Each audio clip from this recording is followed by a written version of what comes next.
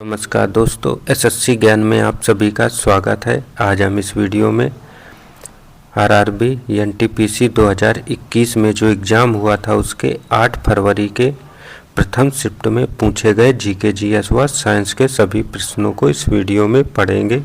तो वीडियो को लास्ट तक ज़रूर देखें और वीडियो पसंद आए तो वीडियो को लाइक व चैनल को सब्सक्राइब कर लें। तो बढ़ते हैं अपने 8 फरवरी के प्रथम शिफ्ट में पूछे गए प्रश्नों की ओर और देखते हैं रेलवे द्वारा किस टाइप के जीके जीएस व साइंस के सारे प्रश्न पूछे गए थे। तो 8 फरवरी की प्रथम शिफ्ट में पहला प्रश्न है, अल्टर हाउटन और राइस को संयुक्त रूप से इनमें से किस खोज के लिए 2020 में फिजियोलॉजी या मेडिसिन के क्षेत्र में नोबेल पुरस्कार से सम्मानित किया गया था। तो इसका आंसर हो जाएगा हेपेटाइटिस सी विषाणु की पहचान के लिए इन्हें नोबेल पुरस्कार से सम्मानित किया गया था। तो ऑप्शन फर्स्ट इसका राइट आंसर हो जाएगा। अगला प्रश्न है, किस स्थान को स्थित institute of teaching and research इन आयुर्वेद आयुष क्षेत्र में इंस्टीट्यूशन ऑफ नेशनल इम्पोर्टेंस दर्जा प्राप्त करने वाला पहला संस्थान बना है? तो आंसर हो जाएगा जामनगर में स्थित इंस्टीट्यूट। तो ऑप्शन थर्ड इसका राइट आंसर हो जाएगा और जामनगर शहर जो है गुजरात राज्य में स्थित है। अगला प्रश्न है, भारत की महान साहित्यिक कृतियां मेघदूत और अभिज्ञान शाकुंतलम की रचना किसने की थी? तो आंसर हो जाएगा कालिदास ने। तो ऑप्शन सेकंड इसका राइट आंसर हो जाएगा।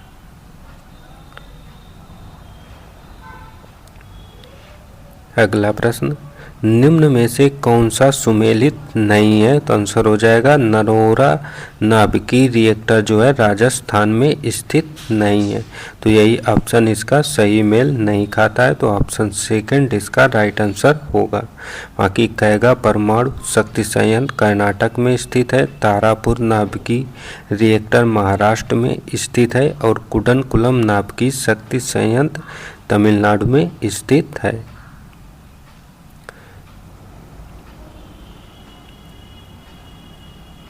अगला प्रश्न,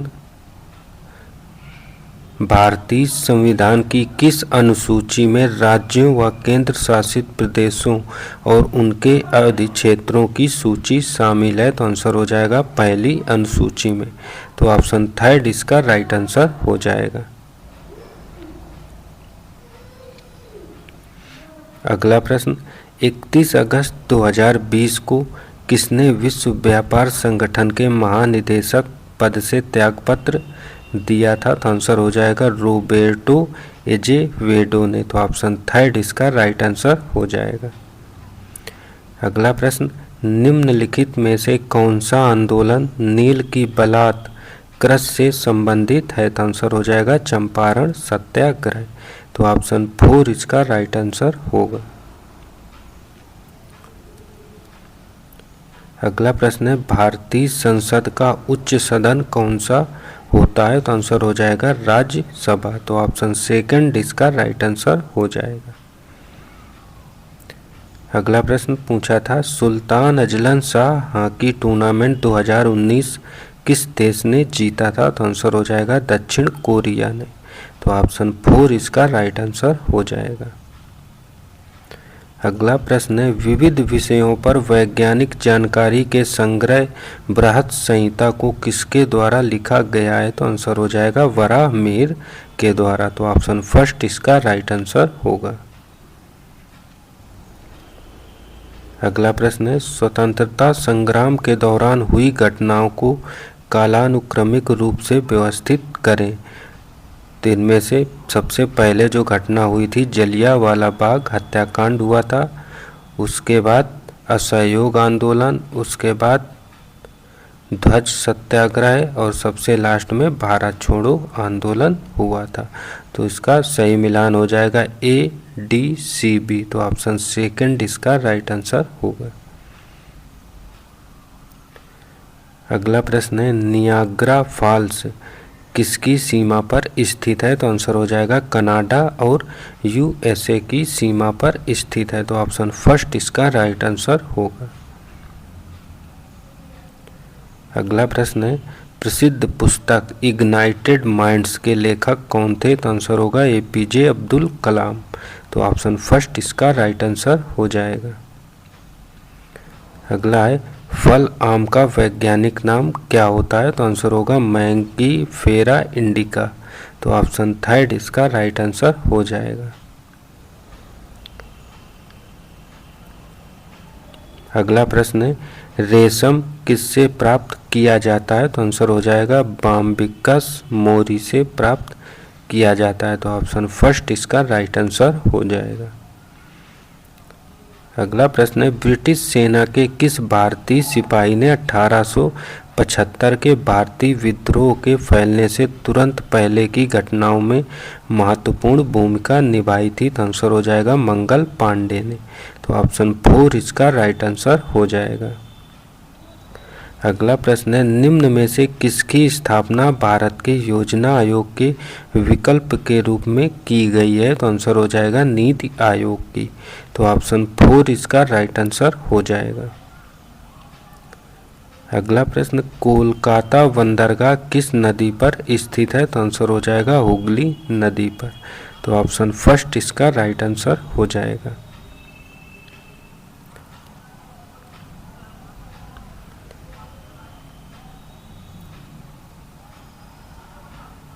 अगला प्रश्न किसको खिलाड़ियों के संबंधित खेल में उनकी प्रतिभा को निखारने में सहायता करने और खेल कल्याण उपायों को दृढ़ता के साथ लागू करने में शानदार योगदान देने हेतु राष्ट्रीय खेल प्रोत्साहन पुरस्कार 2020 से सम्मानित किया गया है? तो आंसर हो जाएगा AFSCB को किया गया है। तो ऑप्शन थर्ड इसका राइट आंसर हो जाएगा। अगला प्रश्न है नेशनल इंस्टीट्यूशनल रैंकिंग फ्रेमवर्क 2019 के अनुसार इनमें से कौन सा विश्वविद्यालय या संस्थान भारत में समग्र श्रेणी में प्रथम स्थान पर है? तो आंसर होगा IIT मद्रास। तो ऑप्शन फर्स्ट इसका राइट आंसर हो जाएगा। अगला प्रश्न है इनमें से कौन सा भारतीय राज्य शीर्ष 5 वन आच्छादित प्रदेशों में शामिल नहीं है? तो आंसर हो जाएगा पंजाब राज्य। तो ऑप्शन 4 इसका राइट आंसर हो जाएगा।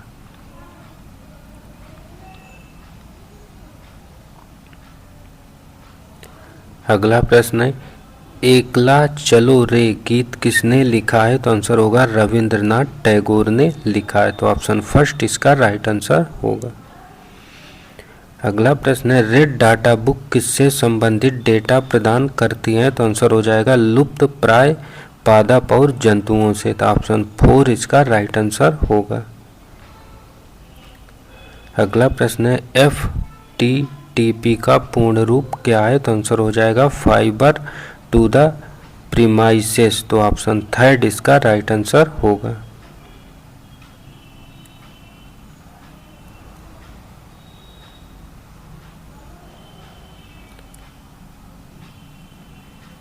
अगला प्रश्न भारत सरकार की किस योजना के तहत ग्रीन फील्ड उद्यम स्थापित करने हेतु कम से कम एक अनुसूचित जाति अनुसूचित जनजाति उधारकर्ता एवं क्रम से कम एक महिला उधारकर्ता के लिए प्रति बैंक शाखा 10 लाख से 1 करोड़ तक का ऋण उपलब्ध कराया जाता है? तो आंसर हो जाएगा स्टैंड अप इंडिया स्कीम के तहत। तो ऑप्शन फर्स्ट इसका राइट आंसर होगा।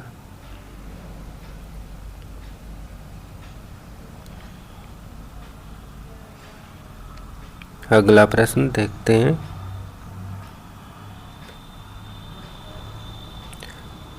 भारत सरकार की किस योजना का उद्देश्य 100 दिनों के श्रम रोजगार की गारंटी देकर ग्रामीण क्षेत्रों में लोगों की आजीविका सुरक्षा को बढ़ाना है? तो आंसर होगा मनरेगा योजना के तहत। तो ऑप्शन फर्स्ट इसका राइट आंसर हो जाएगा। अगला प्रश्न है, निम्न में से कौन सा कर या शुल्क जीएसटी के अंतर्गत नहीं आता है? तो आंसर होगा स्टाम्प शुल्क। तो ऑप्शन सेकंड इसका राइट आंसर हो जाएगा। अगला प्रश्न है, निम्न में से कौन सी भारतीय वैज्ञानिकों द्वारा विकसित सुपर कंप्यूटर परम की श्रृंखला नहीं है? तो आंसर होगा परम मित्र। तो ऑप्शन फर्स्ट इसका राइट आंसर हो जाएगा।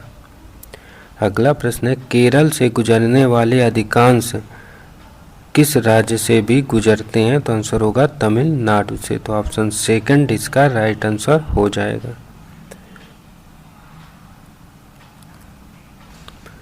अगला प्रश्न है, भोटिया भारत के किस राज्य से संबंधित अनुसूचित जनजातियों में से एक हैं? तो आंसर होगा उत्तराखंड राज्य से। तो ऑप्शन फर्स्ट इसका राइट आंसर होगा। अगला प्रश्न है, निम्न में से किस पौधे को जड़, तना और पत्तियों में विभेदित नहीं किया जा सकता है? तो आंसर होगा स्पाइरोगाइरा को। तो ऑप्शन थर्ड इसका राइट आंसर हो जाएगा।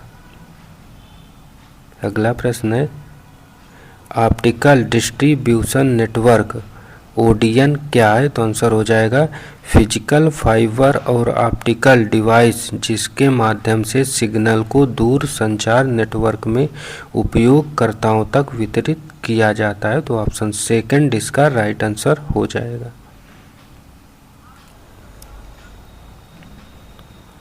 अगला प्रश्न है, 2019 में संयुक्त राष्ट्र महासभा ने हर वर्ष किस तारीख को international day of clean air for blue skies मनाने का प्रस्ताव अंगीकृत किया है? तो आंसर होगा 7 सितंबर को। तो ऑप्शन थर्ड इसका राइट आंसर हो जाएगा।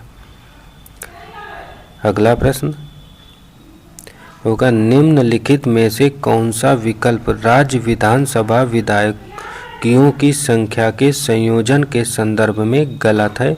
तो आंसर हो जाएगा दिल्ली 50। तो ऑप्शन सेकंड इसका राइट आंसर हो जाएगा। अगला प्रश्न है, निम्न में से कौन सा कथन भारत के बैंकों के संदर्भ में सही नहीं है? तो आंसर होगा भारतीय रिजर्व बैंक भारत की निजी बैंक है, ये कथन गलत है। तो ऑप्शन 4 इसका राइट आंसर हो जाएगा। अगला प्रश्न है, निम्न में से कौन सा पौधा थैलोफाइटा नहीं है? तो इनमें से फ्लोनेरिया जो है थैलोफाइटा के अंतर्गत नहीं आता है। तो ऑप्शन थर्ड इसका राइट आंसर होगा।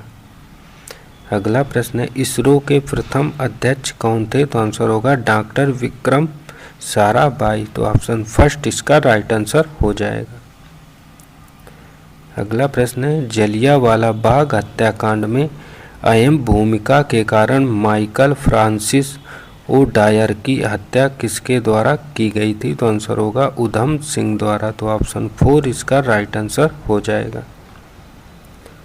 अगला प्रश्न है, निम्न में से कौन सा दक्षिण अमेरिका देश स्थल रुद्ध देश है? तो आंसर हो जाएगा पराग्वे जो दक्षिण अमेरिका में स्थित है, एक रुद्ध स्थल देश है। तो ऑप्शन सेकंड इसका राइट आंसर होगा। और अगला प्रश्न, निम्न में से किस संगठन का मुख्यालय सुमेलित नहीं है?